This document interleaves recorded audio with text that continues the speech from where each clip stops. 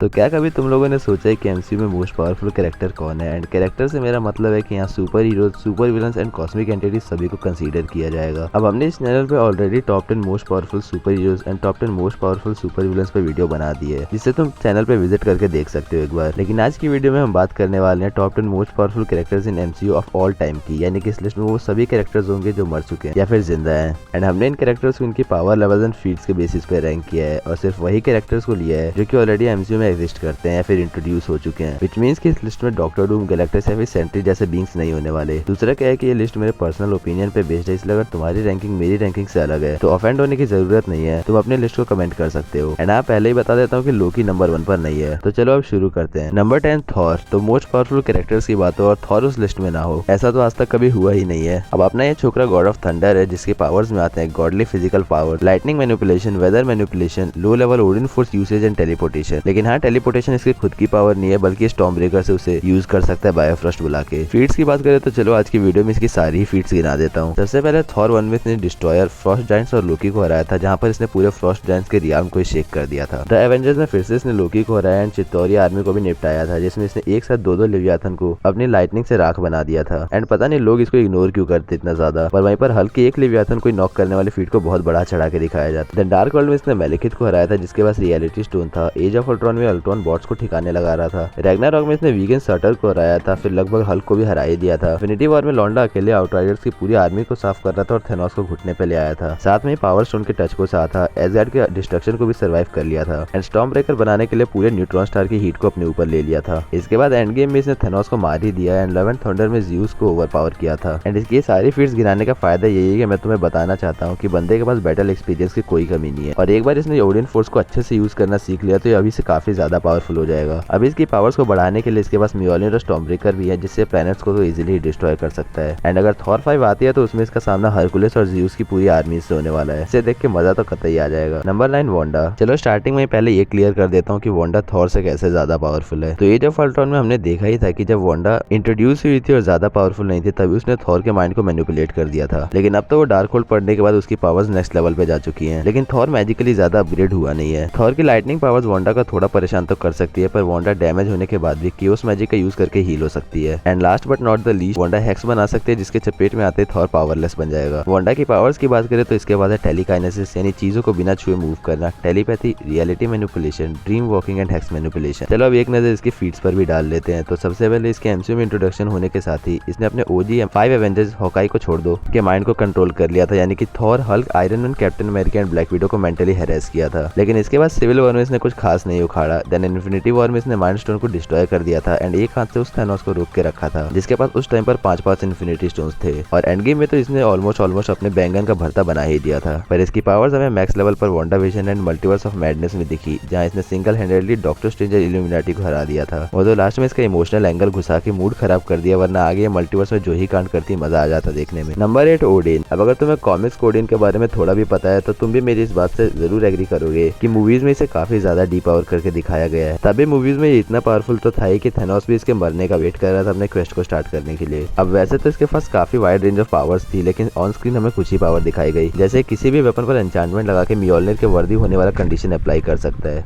Energy को manipulate कर सकता है, डिफरेंट टाइप्स को मैजिक के यूज करना जानता है। एंड एसगार्ड में जितनी भी फैसिलिटीज थी जैसे बायोफ्रॉस्ट, इटर्नल फ्लेम, इतना सारा सोना, वो सब इसकी और हेला की वजह से ही है। इसने अपने प्राइम में हेला के साथ मिलकर 9 रियांस को कॉन्करर किया था, प्राइम सर्टर को हराया था एंड देन जब हेला ने बगावत कर दी थी तब उसे भी कैद कर दिया था। इसके पास गंगनीर नाम का स्पीयर है, जिससे ओडिन फोर्स को चैनल कर सकता है एंड किसी को भी एग्जिस्टेंस से इरेज कर सकता है। अनलाइक थॉर ये मैजिकली भी बहुत ज्यादा पावरफुल है और अपने गंगनीर से डिस्ट्रॉयर को कंट्रोल कर सकता है, जो कि एक उरू मेटल से बना हुआ काफी पावरफुल बीइंग है। Number 7 Dormammu.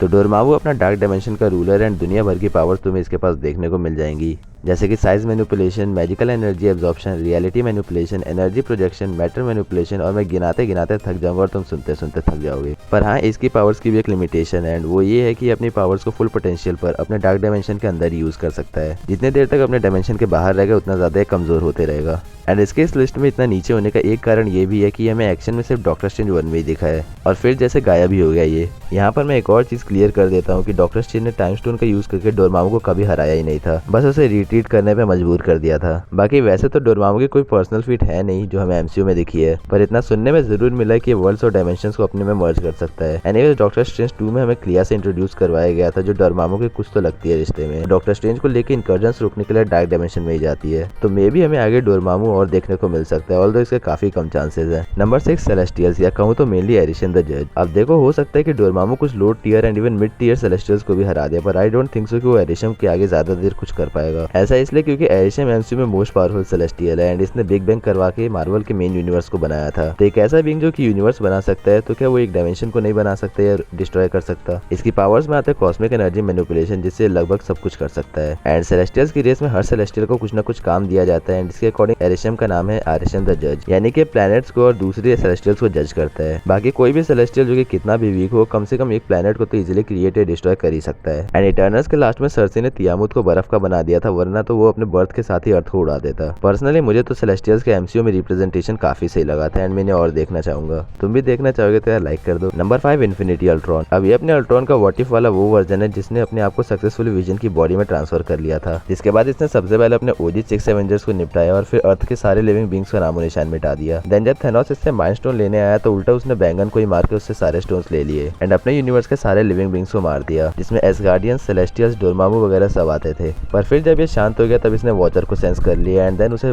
तो बहुत मारा, साथ ही में न जाने कितने यूनिवर्सेस को लाइफलेस बना दिया। वो तो भला सुप्रीम स्ट्रेंज का, वरना ये पूरा मार्वल मल्टीवर्स खा जाता। वैसे इसके पास हर वो पावर है जो तुम सोच सकते हो एंड ये अपने फुल पावर पे यूनिवर्स को क्रिएट या डिस्ट्रॉय कर सकता है। इसकी वैसे तो मैंने सारी फीट तुम्हें बता ही दिया, पर इसने कैप्टन मार्वल को उसके बाइनरी फॉर्म में भी हराया था एंड एक इंसेनली पावरफुल ज़ॉम्बी वांडा को भी रोका था और मारा था। Number 4 ambience watchers. तो देखो वॉचर्स तो बहुत सारे हैं, जैसे कि अपना उआटू हो गया, लेकिन मैंने जिन वॉचर्स को नंबर 4 पर रखा है वो है द एम्बियंस। एंड अगर तुमने व्हाट इफ का सीजन 3 नहीं देखा तो तुम इन सबको नहीं जानते होगे, पर चिंता मत करो, मैं बताएगा तुम लोगों को इनके बारे में। अब इस ग्रुप में देखो टोटल 3 वॉचर्स हैं जो कि सारे वॉचर्स में मोस्ट पावरफुल एंड सबसे ओल्डेस्ट हैं। इस ग्रुप के मेन वॉचर ने तो इन्फिनिटी अल्ट्रॉन को बस छूकर डिसइंटीग्रेट कर दिया था और ये वाला इन्फिनिटी अल्ट्रॉन सीजन 1 वाले इन्फिनिटी अल्ट्रॉन से काफी ज्यादा पावरफुल था क्योंकि इसने वॉचर्स प्लेन के एक क्रिस्टल को एब्जॉर्ब कर लिया था। द एम्बियंस की पावर्स में आते हैं मल्टीवर्स में कहीं भी जाना, रियलिटी मैनिपुलेशन, एनर्जी मैनिपुलेशन और वो सारी हाई ग्रेड पावर्स जो एग्जिस्ट करती हैं। ये तीनों वैसे तो अपने आप में काफी ज्यादा पावरफुल है, पर जब ये तीनों कंबाइन हो जाते हैं तब ये मल्टीवर्स के अंदर जो भी कैरेक्टर एग्जिस्ट करते हैं उसे उसके सारे वेरिएंट्स के साथ एग्जिस्टेंस से इरेज कर सकते हैं। दूसरा क्या है कि किसी भी नॉर्मल बीइंग को एक ओथ दिलवा के उसे वॉचर बना सकते हैं, जैसे उआटू ने Birdie, Kahhori, Storm and Captain Carter को वॉचर बना दिया था। पर जो कैरेक्टर नंबर 3 पर है उसके एरिया में इन लोगों की घंटा कुछ नहीं चलती एंड ये सब पावरलेस बन जाते हैं एंड तुमने अभी तक शायद गेस भी कर लिया होगा कि वो कौन है। Number 3 supreme strange. Doctor strange का एक ऐसा वेरिएंट जिसने कार एक्सीडेंट में अपने हाथों की जगह क्रिस्टीन को खो दिया था। इसके बाद ये एल्ड्रिच मैजिक सीखता है और उसे रिवाइव करने का ट्राई करता है, पर बुरी तरह से फेल हो जाता है। इसके बाद ये सेंचुरीज तक मैजिक की सारी नॉलेज गेन करता है, बहुत सारे मैजिकल एंटिटीज को एब्जॉर्ब करता है, जिसके बाद ये इतना पावरफुल बन जाता है कि क्रिस्टीन को वापस से जिंदा कर सके एंड वो ऐसा करने में सक्सेसफुल भी हो जाता है, पर साथ ही में उसका यूनिवर्स भी डिस्ट्रॉय हो जाता है। तो कुछ समझे दया तुम लोग, सुप्रीम स्ट्रेंज किसी भी यूनिवर्स के एब्सोल्यूट पॉइंट को चेंज करके उस यूनिवर्स को इनडायरेक्टली डिस्ट्रॉय कर सकता है। इसके बाद जब इतनी पावर्स होने के बाद इसका सामना इन्फिनिटी अल्ट्रॉन से होता है तब उसकी एबिलिटीज को देखकर अल्ट्रॉन भी शॉक हो जाता है, क्योंकि स्ट्रेंज की पावर्स इन्फिनिटी स्टोन्स को बराबरी की टक्कर दे रही थी, पर इसकी मैक्सिमम लिमिट्स हमें सीजन 2 में देखने को मिली, जहां इसने हजारों ओवर पावर्ड कैरेक्टर्स को कैद करके रखा था एंड जब इसके एब्जॉर्ब किए हुए डीमंस इसका कंट्रोल ले लेते हैं तभी इन्फिनिटी स्टोन्स को आउट पावर कर रहा था। म्योलनिर को चबाकर तोड़ दिया था एंड ओडिन के गंगनीर को भी एब्जॉर्ब कर लिया था और लास्ट में खुद को सैक्रिफाइस करके अपने यूनिवर्स को रिस्टोर कर देता है, जिससे ये उस यूनिवर्स का इटर्निटी बन जाता है। फिर सीजन 3 में जब एम्बियंस फोर्सेस इसके यूनिवर्स में आ जाते हैं तो वो अपनी पावर्स को यूज ही नहीं कर पा रहे थे, क्योंकि इसकी विल के अगेंस्ट में इसके यूनिवर्स में कोई भी कुछ भी नहीं कर सकता। नंबर 2 लोकी। अब इसके तो क्या ही कहने, मेरे ख्याल से पूरे एमसीयू में इससे अच्छा कैरेक्टर डेवलपमेंट और किसी का हुआ ही नहीं है। और सिर्फ कैरेक्टर डेवलपमेंट की बात नहीं है, इसको पावर वाइज भी बहुत बड़ा अपग्रेड मिला है, क्योंकि पहले टॉप 10 तो छोड़ो टॉप 20 मोस्ट पावरफुल कैरेक्टर्स में भी नहीं आता था, पर जब इसने मल्टीवर्स को कंट्रोल करना स्टार्ट किया तो अब ये नंबर 2 पर आकर बैठ गया है। इसकी पावर्स की बात करें तो अपने बंदे के पास है telekinesis, teleportation, time travel, time manipulation, mind manipulation, clone making, illusion making और इनफाइनाइट स्ट्रेंथ और ड्यूरेबिलिटी। अब अगर तुम गौर करोगे तो यहाँ पे मैंने इनफाइनाइट बोला, और ऐसा कैसे, चलो इस बात को जानते हैं क्योंकि ये काफी इंटरेस्टिंग चीज है। तो देखो अब लोकी इनफाइनाइट टाइमलाइंस को पकड़ कर बैठा है, जिसके लिए उसे इनफाइनाइट स्ट्रेंथ चाहिए एंड ये उस टेम्पोरल रेडिएशन को सर्वाइव कर चुका है जो कि यूनिवर्सेस की मैगी बना दे रही थी। ऑल्सो अब चूंकि स्पेस एंड टाइम के बाहर एग्जिस्ट करता है, इसलिए इसकी एज कितनी है इस बारे में कोई कुछ नहीं बता सकता, पर इसकी एक एबिलिटी काफी अंडररेटेड एंड वो है इसकी इंटेलिजेंस। अब देखो हमने लोकी सीजन 2 में देखा था कि लोकी इयॉन्स तक मल्टीवर्स की नॉलेज गेन कर रहा था, इसलिए पूरे एमसीयू में ये उन बंदों में से है जिनके पास मल्टीवर्स का काला चिट्ठा है। एंड अगर कोई कैरेक्टर इससे लड़ने की सोचता है और अगर इसका सही में मन बन जाता है उससे लड़ने का,